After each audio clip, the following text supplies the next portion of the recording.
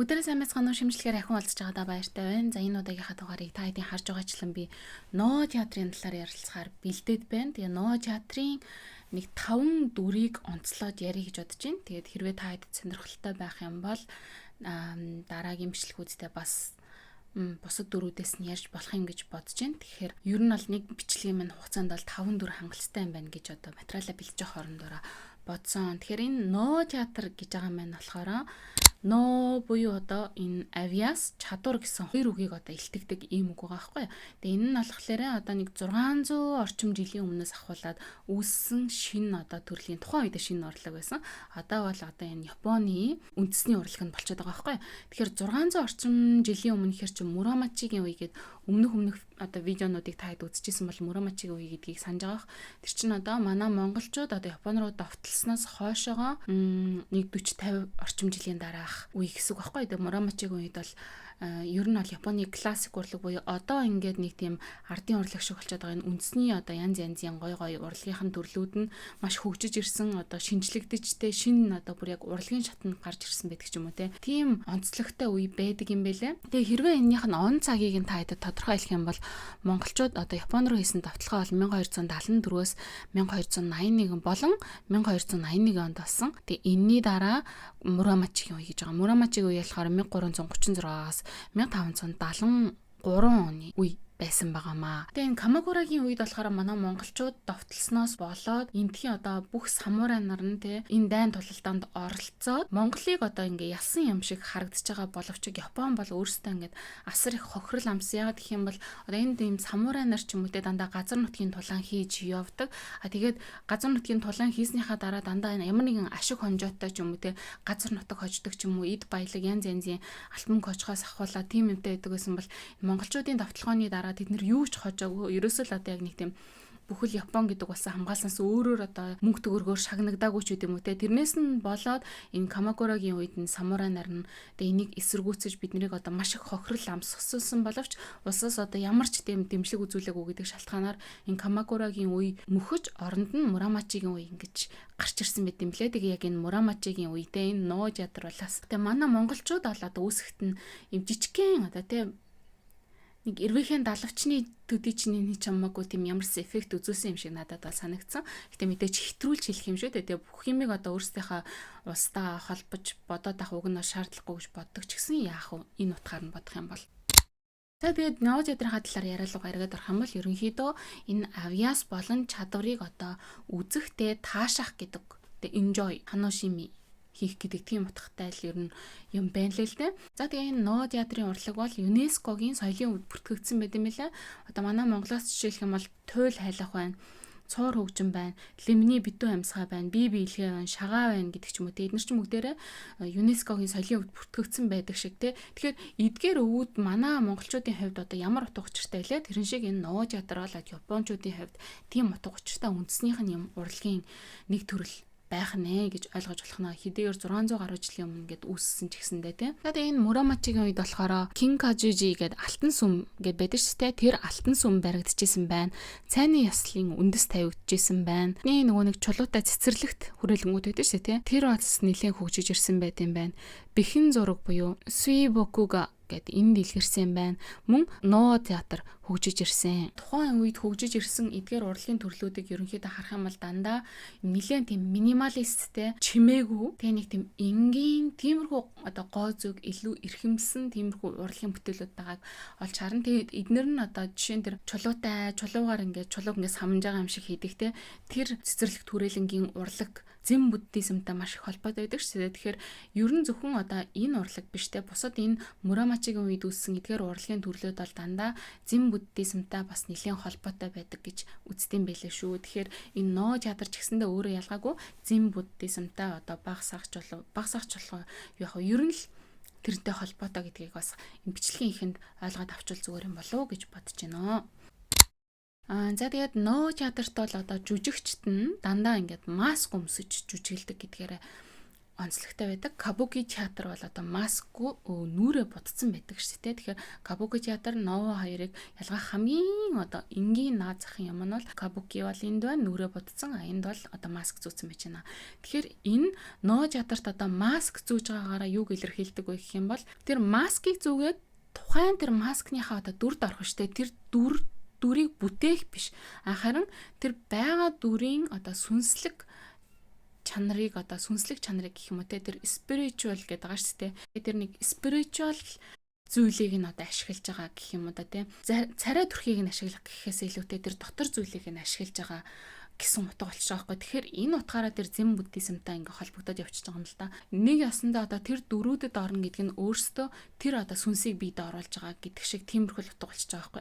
Өөрөөр хэлэх юм бол одоо зарим дөрүүдтэй жишээ нэх юм бол энд чинь тэр тухайн дүрийг бүтээхийн тулд те өмнө нь ингээд өөрийгөө ариусгах ч юм уу, хоол ундаа сойж мацаг барих ч юм уу те, тиймэрхүү юмнууд хүртэл байдаг гэд тэгж байгаа. За тэгэхээр энэ бол хэдүүлэнгийн цаашаага ярих юм дээр гарч ирэх учраас хамгийн эхнийхээ дүрийг яриа гэж бодож байна. Энэ бол окина. За энэ окина буюу Аз жаргал урт насны бэлэгдэл гэж байгаамаа. Хамгийн эртний бөгөөд ариун дүрүүдийн нэгэ. Тэгэхээр энэ дүрээр ямар ч лсэн гэсэн энэ 5 дүрийнхаа эхний шатыг нь тавья гэж бодож байна. Яг гэх юм бол энэ дүрийг харах юм бол та хэдэд бас манай одоо буддийн шашинд байдаг нэг юм санаанд орж байгаа, нэг дүр бас санаанд орж байгаа болоо гэж бодож байна. Энэ бол одоо цам харих ёслол дээр гардаг өвгөн байдаг шүү дээ, цагаан өвгөн. Энэ цагаан өвгөн бол бас л нөгөө цам харих ёслолын өмнө гарч ирээд тэр тухайн газар орныг ингээд нэг ариусгадаг. Тэгэхээр би энэ дээр жоохон буруу санджиж магадгүй шүү. Гэхдээ ер нь тэгдэг шиг санагдаад байгаа байхгүй. Цам харихын өмнө энэ цагаан өвгөн гарч ирээд ингээд тэр хавийг ингээд инээдтэй юм хийдэг ч юм уу те. Тэр хавийг ариусаж одоо муу мухай амийг нь зайлуулад тэгээд дараа нь одоо тэр цам харих ёслолын бусад дүрүүд нь гарч ирдэг шүү дээ. Тэрнтэй яг адилхан энэ окина гэдэг маань цагаан урт цагалтай хөгшин өвгөний юм маск буюу багийг зүүдэг. Тэгээ шинэ жил болон томоохон баяр сүмийн наадам зэргүүд дээр гарч ирдгээ.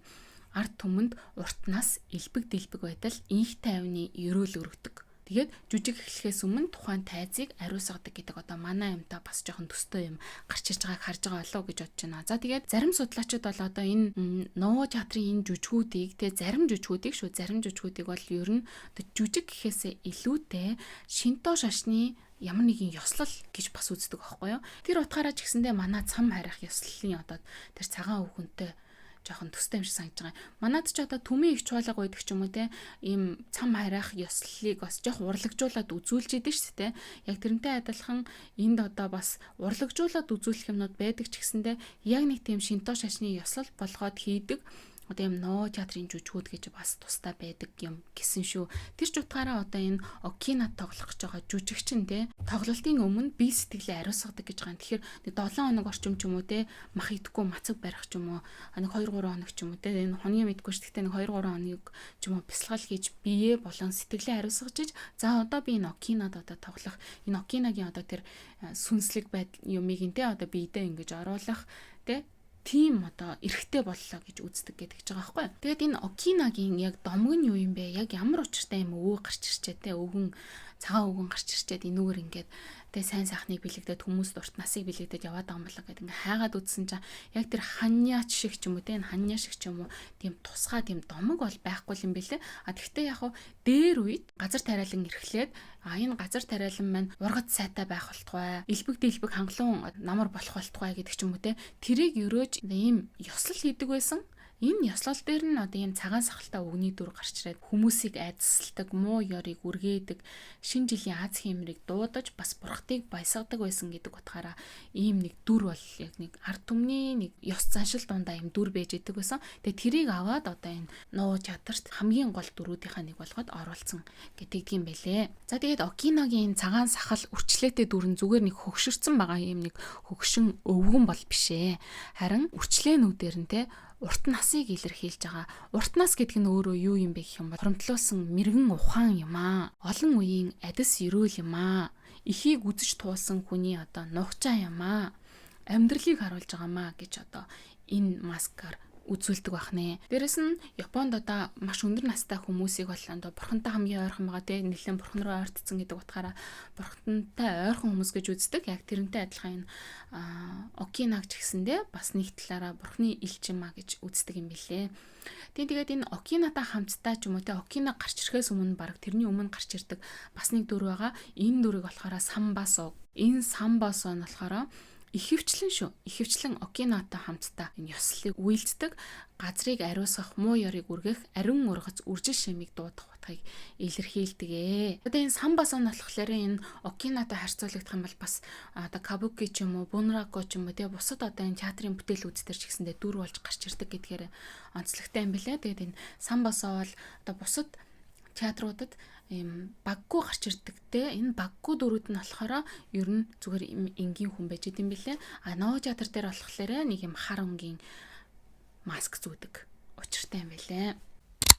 За хоёрдугаарт нь болохоор комоте гэж байгаа юм. Комоте гэдэг энэ дүр танд эхлээд ямар санагдаж чинь та нэг өөрөө эхлээд шинжээд хартаа ямар хөө харагдаж байна. За энэ бол ноо театрт ихэвчлэн ямар дүрийг бүтээдэг вэ гэх юм бол одоо ертөнцийн хамгийн тийм гэгэлгэн тийм цагаан цайлган залуухан эмэгтэй хамгийн үзэсгэлэнтэй тэр залуухан эмэгтэй гэдэг жаа. Хэрвээ та хэд ингэж харах юм бол өмнөх дугаарууд дээр бас л ярьж ирсэн да одоо нөгөө Хэяны үеийн эмэгтэйчүүд байгаа шүү дээ. Хэяны үеийн эмэгтэйчүүдийн тэрний гоо сайхны стандарт бол одоо яг энэ Комоте дээр харагдаж байгааг та хэд харж байгаа болоо гэж бодож байна. Энэ Комотегийн одоо энэ багийнх нь үүслийн талаар нэг алдартай түүх байт юм байлээ. Энэ нь 16 дугаар зуунд Японы алдартай цэргийн эрх мэдэлтэн удирдагч Тойотоми Хидеёши ноо театрт маш их дуртай байсан. Тухайн үеийн нэрт сэлбэрч Тацуэмонд хандаад эмэгтэй хүний хамгийн төгс залуу үзэсгэлэнтэй төрхийг яг ингээ харуулсан те ингээд хадгалсан тим багийг маскыг сэлж өгөөч гэж тушаасан байгаа юм. За ингээд сэлбэрч маш нарийн хийцтэй яг нэг 3 комоте баг урлаж өгсөн байгаа юм. Тэрийг нь харсан Хидеёши үлэмжих баясаж тэдгэрийг Японы гоозын дээд бэлэгдэл болгон цас буюу юки, сар буюу цүки, цэцэг буюу хана гэж одоо нэрлсэн байгаамаа. Тэгээд эдгээрээс бол одоо энэ цас гэсэн юкийн одоо өнөө хүртэл Кёотогийн уламжлалт Конго сургуульд нандинан хадгалагдж байгаа тийм соёлын үнэт төв юм аа тэгж байгаамаа. Тэгэхээр Японы хамгийн эмэгтэй хүн одоо хамгийн үзэсгэлэнтэй байж болох тэр яг нэг сэтгэлийн хувьд ч гэсэндээ биеийн хувьд ч гэсэндээ маш залуу хэр харгуу те ямар ч одоо муухай юм суугаагүй одоо цас шиг те юки гэдэг нэртэй хүмүүс зөндөө байдаг шүү дээ. Тийм цас шиг цагаан байж ах тийм үеийнх нь дүр төрслийг одоо ингээд хөлдөөгөөд одоо ингээд маск болгоцсон юм шиг л гэсэн. Тийм эмхтэн дүр юм аа гэж одоо энэ комотыг хэлж болох юм аа. За комотыгийн энэ дүр төрхийг нь харах юм бол эхлээд харахаар жоохон хүүтэн хүндий ч юм шиг нэг сони эвгүй ч юм шиг тийм харагддаг. Тэгтээ энэ ноо театрын тайзан дээр гараад гэрэл энэ өнцгөөсөө шалтгаалаад маш нарийн бөгөөд өөр сэтгэл хөдлөлийг илэрхийлж чаддаг. Өөрөөр хэлэх юм бол энэ маскыг те яг ноо театрын тайзан дээр нь гараад яг тэр гэрлэн туссан байгаа орчинд нь зүгээр ингээд нэг харахад ямар ч царайны хувирлын шиг мөртлөө жоохон ингээд тарангууд баяр жаргалтай юм шиг харагддаг. Ингээд уруулан жоохон урагшгаа ингэж ирдэг ч юм уу те. Жоохон доошоо ингээд ирэнгүүт нь уруулан ингээд уйлах гэж байгаа юм шиг болж ингэж харагддаг гэж байгаа байхгүй. Тэр нь өөрөө энэ одоо маскных нь онцлог тэр нэг одоо спиритуал сүнслэг тэр нэг оршихугийнх нь одоо гайхалтай тэр шин чанар юм а гэж үзээд байгаа юм л та. Гэхдээ зөвхөн одоо энэ баг биш бусад багууд нь ч гэсэндээ адилхан яг ингэж одоо тэр театрынхаа тайзан дээр гарахад одоо амилдаг юм шиг гэрлэр амилдаг юм шиг гэж ярьж байгаа нь бас маш сонирхолтой надад санагддаг. За тэгээ комотыгийн энэ царайных нь байдал нь дүр төрхөн те жижигхэн тийм 100 нүртэй, нарийн хөмсгтэй, буйлсан хэлбэрийн нүдтэй, жижигхэн амтай, толгор арьстай энэ бүх юмнуудаараа танигддаг. Шүдээ жоохон харлуулцдаг тий ухаагөөрөө тэгж байгаа. Тэгээ духны үс нь маш цэгцтэй нэг хэдхэн юм зураасан үстэй байдаг. Гурван шиг зураасаар зураад илтгэсэн байгаамаа. За тэгээ энэ комоте гэдэг дүрийг ихэвчлэн одоо ямар жүжигчиндээ ямар дүрүүд дээр ашиглагддаг гэх юм бол тийм залуу гинэн эмэгтэй хүнд ингээд дурлцсан байгаа нэг тийм залуу гинэн сайхан сэтгэлтэй ч юм уу тийм эмэгтэй дүрүүд дээр ингээд ихэвчлэн ашиглагддаг. Хэрвээ те нуу театрын жүжиг тоглох гэж байгаа бол за нэг ийм эмэгтэй гарч ирлээ гэх юм бол өнөөд нь ч одоо комотыг тоглоулъя гэдэг ч юм уу те. Тэгэж ерөнхийдөө бас оноож өгдөг гэж ойлгосон. Тэ нэг ижил багийг одоо өөр жүжигчдээр хэдийгээр ашиглаж байгаа ч гэсэндэ тухайн дүрийнхэн зан чанарыг тэр жүжигчний хөдөлгөөн, дуу хоолой, хувцаслалт бүрдүүлдэг. Тэгэхээр комоте гэдэг нэртэй одоо тэр дүр хэдийгээр байж байгаа ч гэсэндэ жүжигчин бүрээрээ тэ магадгүй тэр жүжиг бүрийнхаа дүр бүрээрээ бас энэ комоте чинь өөрөө хувирж идэг. За тухайлх юм бол энэ жүжиг Мацуказе гэж байгаа юм л та. Хайртай залууга хүлээж байгаа залуу охины сүнсний дүрээр гард юм байна. За мөн Ицүцү гэж жүжиг байна. Энэ нь болохоор нас барсан ч гэсэн хайр сэтгэл нь хорвоод хорогдсон залуу эхнэрийн дүрээр гарч ийна гэдэг чинь. Тэгэхээр хэрвээ та хэд одоо Японд аяллаар ч юм уу хурж ирээд Ноо театрын жүжигийг үзэх юм бол те яг энэ дүр гараад ирэх юм бол за эн чинь одоо залуу тийм гинэн цайлхан цагаан эмхтэй гэсэн шүү дээ те энэ бол одоо ямар нэгэн муухай юм бол хийхгүй байна гэд хараад одоо шууд тарих нь шүү дээ. Комоте. Би мэднэ. Тэ гэдэг ч юм уу те. Гэхдээ бусад дүрүүдтэйгээ ерөөсө хольж болохгүй. Ягаад гэх юм бол нарийн тэр юмнуудыг нь одоо анзаарч харахгүй байх юм бол бусад дүрүүдтэйгээсээ те анхны одоо үзэгчд бид нар шүү дээ те бас ялгаж харахгүй байх боломжтой юм шиг санагддаг. За тэр нь юу вэ гэвэл дараачийн дүр болох Дэйган гэж байгаа юм. Энэ бол одоо Ноо театрын хамгийн тийм нууцлаг эмэгтэй дүрүүдийн нэг нүд шүд хоёрыг нь алтан өнгөөр бодсон. Гоёл чимэглэл биш. Одоо энэ хар шүд бол гоёл чимэглэл байгаа шүү дээ. Тэгмэд энэ алтан шүд нь болохоор тэр нэг хоёр ертөнцийн завсрыг л одоо илэрхийлээд байгаа юм байл л дээ. Үгсэн биш, амьд биш. Гэхдээ энэ нь одоо аль ч утгаараа байж болно. Муу утгаараа те бүр ингээд нэг тийм жоохон адгууслаг чөтгөрлөг болцсон. Хүн адгуус хоёрын одоо хүн чөтгөр хоёрын голынх болцсон юм шүү дээ. Аль нь биш нэг тийм болцсон. Эсвэл хүн бурхан хоёрын аль нэг нь биш мөртлөө яг нэг голд нь очсон. Нилийн одоо гэгэрл рүү дөгцсөн одоо бурханлаг бодиситуалог болцсон. Бас тийм дүрүүдийг гаргадаг гинэ. Тэгэхээр энэ дүр бол ерөнхийдөө тэ хүнээс жоохон холдсон тийм дүрл юм байл л дээ. Эмэгтэй хүний тийм дүр. Тэр нь аль ч утгаараа байж болно гэдэг жаа юм. За энэ багийг их хвчлэн нас бийг үүсэн эмэгтэй, язгууртан эмэгтэй, бурханлаг эмэгтэй, эсвэл нас барсны дараа сүнс болсон эмэгтэй дүрд хэрэгэлдэг. Алтан мөнгө гэдэг чинь өөрөө одоо энэ зэн буддизмтэй одоо энэ Японы буддийн шашинд чинь өөрөө алтан сүм гэж байж байгаа тий. Алттай болоод ирэхэр чинь жоохон тийм бурханлуу ч юм уу төгчдөг. Одоо энэ ертөнцийн юм биш боловч ч тэр утгаараа ингээд нэг жоохон тэр алтан өнгийг оруулж ирээд энэ ертөнцийн биш болоод энэ шүү гэдгийг нь илэрхийлж байгаа гэдэг юм л да. За энэ үснийхэн зураасыг харах юм бол сэтгэлийн үүмэрлийг илэрхийлж байгаа гинэ. Энгийн эмхтэй багуудын үс ерөнхийдөө цэгцтэй байдаг бол Дэйганы баг хоёр хажуугийн үсийг ялимгүй замбраагүй үл ялэг сэгсээсэн байдалтай зурдаг. Энэ нь болохоор тэр галзуурж байгаа сэтгэл зүг илтгэж байгаа одоо үсээ тоохой болж байгаа одоо үс гэдэг чинь өөрөө энэ Японд чинь ямар утга учиртайг өмнөх дугаараад зөндөө ярьжсэн шүү дээ. Тухайн хүний зэрэг дэв зинда тэгэл өөрийгөө илтгэх байдал тэр эмэгтэй хүний одоо үзэсгэлэн самураинуудын хувьд бол тэ нэр төрн байдаг. Тэгэхээр тэрнийг маш гоё авч явдаг бол одоо эн чинь ингээд үсээ тоохой ойлоо тэр чинь гэдэг чинь өөрийнхөө биеийг тоохойлж ингээд сэтгэлийг тоохойлж байна гэдэг ч юм уу ингээд цаашаа ярих юм бол маш их одоо агуулгууд одоо энэ маскын дээр гарч ирж байгаа байхгүй юу. Тухайлх юм бол одоо Дэйган багийг өмсөж тоглолдог хамгийн алдартай жүжигэн гэж байгаа юм. Нөгөө л нэг ярьдаг Гинжи үлгэр тэ Tale of Genji гэж ааш тэ. Гинжи но Моногатари гэдэг чинь. Тэгээд энэ дээр болохоор Аой но Уэ хатагтай Аой. Энэ одоо жүжиг дээр юу гардаг вэ гэх юм бол одоо ханхүү Гинжийн нууц амраг байсан язгууртан гаралтай үзэсгэлэнтэй ухаалаг нэг тийм хатагтай. За энэ болохоор ханхүүд хаягдаад улмаар түүний албан ёсны эхнэр хатагтай Аойд олонний өмнө доромжлогддог. Өөрөөр хэлбэл энэ Аой гэдэг чинь Гинжийн одоо албан ёсны эхнэр байсан биз дээ. За тэгээд сэтгэлийн асар их шаналл атаархаллаа барьж дийлээгүй Рокужо ухаан санаа нь биенээсээ салж амьд сүнс амьдарч байгаа сүнс гэдэг нь одоо яг ямар утгыг хэлж байгаа мэдгүй. Гэхдээ ямарсан амьдарч байгаа муу сайн нэг тиймэрхүү ч юм уу тиймэрхүү утга юм болов амьдарч байгаа сүнс болж хуурж ирдгээ. За тэр сүнс жирэмсэн байгаа хатагтай Аоийг зовоохоор ирдгээ. За тэгээд ингэж ирэхэд нь одоо Дэйган багийг өмсөж жүжигт гарч ирдгээрээ яг энэ Дэйганыг бүрэн төгс илэрхийлдэг гэж үздэг байна. Гэхдээ Дэйган багийг эхлээд өмснөө энэ нь болохоор чөтгөр болохын өмнөх шатна гэж байгаа. Жохон юм чөтгөрлөг болцсныг нь харуулад гомдол, цөхрөл, шаналлалт ингээд автцсан Гэхдээ арайч чөтгөр болчаагүй. Дотоод сэтгэлдээ нөгөө язгууртан хүний нэр төрөө хадгалахыг хичээж байгаа боловч нөгөө өшөө авах гээд үзэн ядалтандаа дийлдсэн аратнлаг хүсэлтэд дийлдсэн тэр шилжилтийн үеийг харуулж байгаа. Тийм болоод хатагтаа аавыг хурж ир зоох гэж ирэхдээ Dagon багийг өмсөд ирж байгаа юм. За ингээд Dagon байж байгаад хэрвээ эндээсээ одоо өшөө хорслоо биелүүлээд ч юм уу те бүр ингээд яг өвчгчин бол ханя болж гарч ирнэ л гэсэн үг шүү дээ. Жинхэнэ чөтгөр болоод жинхэнэ өшөө хонзондоо автагдаад өгсөн одоо эмхтэн сүнс болоод одоо ханя руу шилжнэ гэсэн үг. За тэгэхээр энэний дараа хэдүүлээ ханяг ярих болно.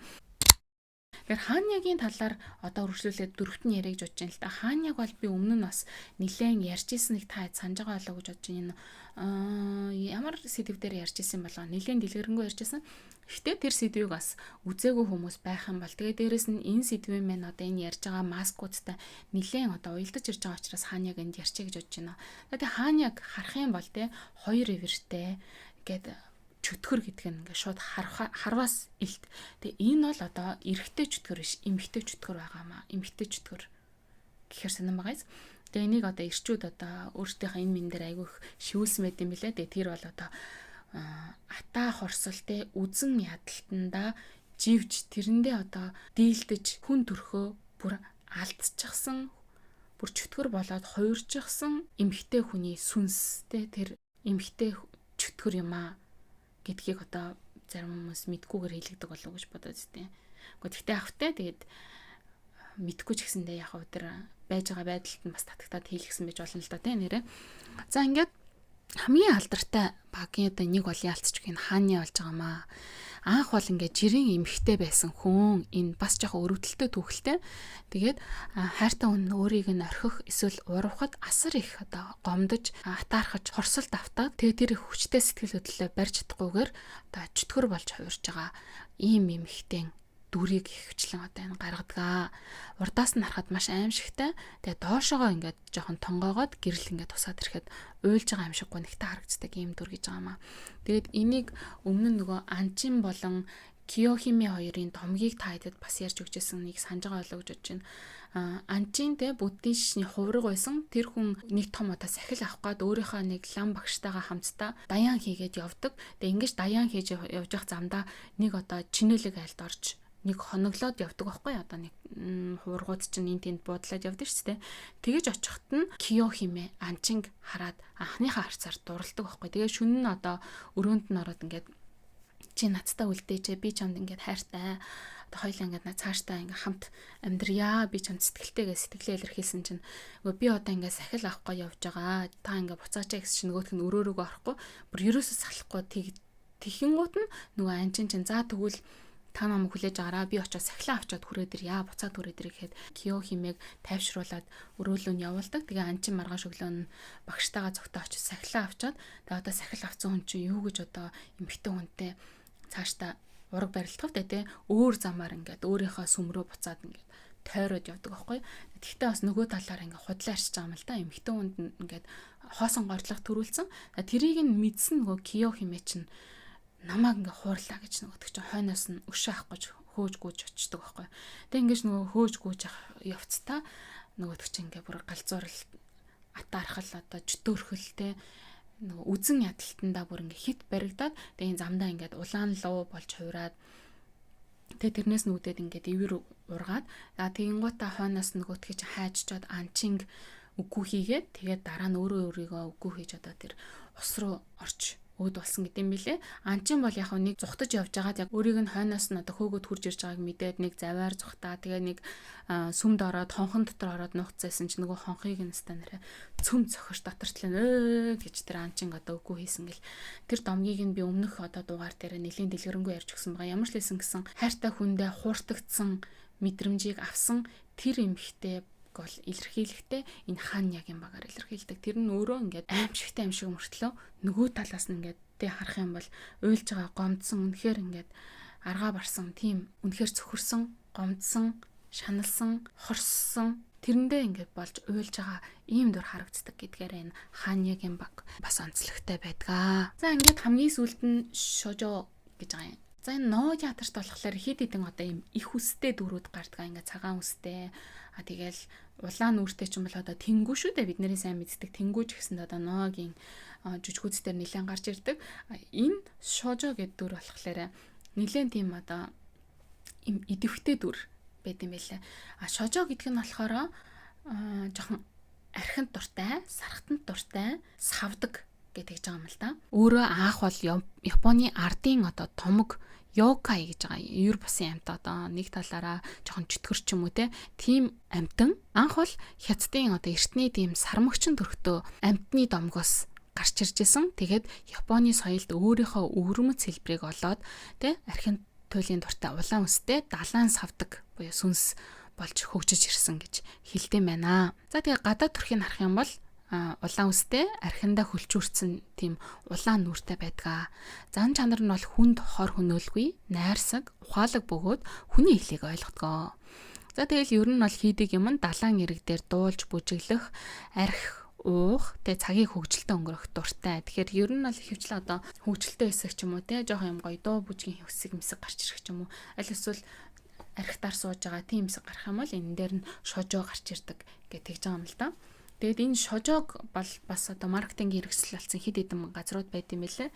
Одоо янз янзын далайн ирэг дээр архитаар суухад одоо шожоо тантай хамт байна гэж үздэг гэдэг ч юм уу те. Тэгээ шожоогийн дүрийг ингээд заалж малчсан тийм газрууд бас нэлээд байд юм билээ. За тухайлх юм бол нэг жүжигэн дээр кофе хэмээх ач тустай нэгэн залуу зүүднийхээ дагуус зах дээр саке зарж эхлэн баяжиж эхэлсэн байна. Саке зарж баяжиж эхэлсэн гэдэг нь эхлээд нэг юм саке зарж байхад нь тэрнээс нь шожоо хүртсэн. Тэгэхээр таалагдсан учраас тэрэнд одоо шидэт бэлэг болгоод зүүдээр нь дамжуулаад хизээч дуустдаггүй шидэт саканы вар бэлгэлсэн байгаа юм л да. За энэ нь бол одоо энэ кофе гэдэг залуугийн гэр бүлд үеийн үед амар амгалан эд баялагийг авчирсан явдал болсон гэдэг. Тэгээ энэ нь одоо бэлэгдэл нь юу вэ гэх юм бол хувь тавилан эд баялаг аз жаргал авчирдаг сайн зүгийн тэнгэрлэг оршихуй гэдэг тийм бэлэгдэлтэй одоо архитарсан шунсан архины одоо дивмив гэдэг тийм утгаар биш нөгөө талаараа эд баялагийг авчирдаг тэгээ сайн сайхан юмыг ингээд авчирж өгдөг сайхан уур амьсгалыг авчирдаг гэдэг утгаараа энэ шожоо гартын юм шиг байна лээ. Аним манганууд дээр ч гэсэндээ архинд дуртай улаан устай дөрүүдийн тэр нэг инспирашныг шожоогоос сэтгүүлж авсан байдаг гэж байгаа байхгүй. Мононоке аним дээр те принцесс Мононоке гэдэг байдаг шүү дээ. Тэрэн дээр модыг хамгаалагч шожоо. One Piece дээр зарим дүрийн зан төрхт нь одоо энэ шожоогоос инспирашн авч бүтээсэн гэд тэгдэм байна. Энэ шожоогийн дүрээс тэгээд одоо анимууд ч юм уу те инспирашн авахта юу хийж чаддаг вэ гэдгийг ингээ бас судалтай байл да. Тэнгуут нь нэгдүгürt энийг нь оруулж ирдэг. Хичнээн уусан зогцдоггүй тэр чадварыг нь өөрсдийнхөө дөрүүдтэй шингээдэг гэж байгаа. Дээрээс нь тэр шидэт саке бүтээх чадварыг нь тэг хизээч дуустдаггүй ваарта сакег одоо бас инспирашн авч өөрсдийнхөө анимууд дээр оруулдаг гэдэг гэж байгаа. За мөн үхшгүй мөнхийн улаан цус гэж байгаа. Энэ нь болохоор үхлийг ангаах шидтэй гэж байгаа юм л да. Энэ шожоогийн цус нь хэрвээ шожоогийн цусыг уух юм бол үхшгүй мөнхийн хутгийг олдгоо. Хүнд өвчтөй эсвэл одоо өөд болж байгаа хүнд шожоогийн цусаас уулгах юм бол хормын дотор идэрдэг гэж байгаа. Энэ яг чадвараас нь сэтвлээд Sekiroгийн Shadows Die Twice видео тоглоом дээр үхшгүй мөнхийн ус хийсэн байдаг. Тэгээ тэр усаа болохоор шожоогийн ус гэж нэрлсэн байна. За мөн шожоо юу хийж чадах вэ гэвэл усны дээгүүр алхаж усыг удирдах чаддаг. Тийм ч учраас одоо ноо театр дээр шожоо гарч ирээд бүжиглж явах үед усны дээгүүр ингээ хөнгөн бүжиглэх усны дээгүүр ингээ гүйж байгаа хөдөлгөөнийг хийдэг гэдэг ч байгаа байхгүй. За мөн дээрэс нь хүний хэл болон сэтгэлийг таних чадвартай. Одоо архи дарс уусан үедээ хүний хэлийг бүрэн ойлгож сэтгэлийг нь таньдаг. Тэгээ ойлголцож ярилцдаг. Тийм ч учраас одоо хүнийг харангуйтаа шууд одоо ямар хоо шунал тачаалтай хүн байна. Сайн хүн үү, муу хүн үү гэдгийг шууд таньдаг байна. За иймэрхүү байна. Ингээд ерөнхийдөө зарим одоо багууд нь те зарим маскууд нь ингээд харахад бүгдээрээ яг ингээд адилхан юм шиг мөртлөө яг энэ нарийн нюансуудыг нь яриад ирэхлээр хоорондоо бас нэлээд өөр болоод одоо ялгагдаад харагдаад ирж байгаа болов уу гэж бодож байна. Комодыг нь те энд нь ингээд 3 ус байла те зэгстэй гоё юм нарийн 100 зураатай те тэгээ ерөнхийд нь ингээд нэг хальт арах юм бол адилхан юм шиг мөртлөө нарийн деталуудыг нь те ардах тэр дүрийнх нь одоо янз янзын сэтгэл зүйн тэр драмануудыг ингээд сонсоод ирэхээр ерөнхийдөө ялгаж болохоор ч юм шиг санагдаад ирж байгааг та харж байгаа гэж бодож байна. Та эцэст тэгээд энэ бичлэгээ дуусчаад ноо театрын бусад маскуудыг ч гэсэндээ хараараа бас сонирхолтой дүрүүд нэлээд байгаа. За тэгээд ерөнхийдөө одоо энэ Ноо театрын тайзыг нь харах юм бол нэг юм модон тайз, хажуу талд нь хөгжимчд ингээд амьдар сууж байгаа. Тэр хөгжмнүүд нь ч гэсэн тийм нүсэр хөгжмнүүд биш, яг нэг тийм дан дан дан дан. За тэгэл Ноо театр гэдэг юм гот нэг гэл нэг дуурдаг ч тийм.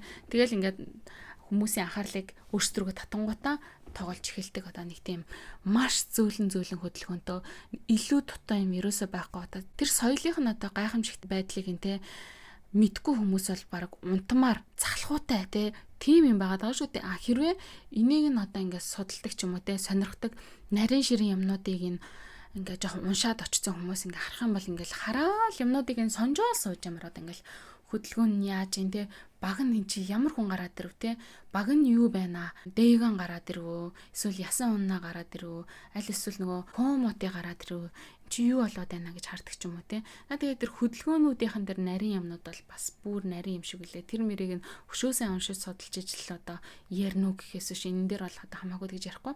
Тэгэхээр яг одоо зэн буддизм дээр гардаг шиг бүх юм нь маш энгийн тайзан ч гэсэн хөгжмөн ч гэсэн гэд энгийн байж байгаа, хөдөлгөөн нь ч гэсэн энгийн, дуунууд нь ч гэсэн бүгдээрээ маш энгийн байж байгаа. Тэгээд тэр тайзны хажуу талаас нь бол жүжигчт нь орж ирдгээрээ Кабуки театртаа жоохон төстэй надад бас санагдсан. Маш цөөхөн үзэгчтэй болж одоо өнгөрдөм байлаа. Тэгээд дээр үед бол одоо энэ Ноо театрын жүжиг үзэн гэдэг чи одоо залуучуудын болцдог газар байлаа.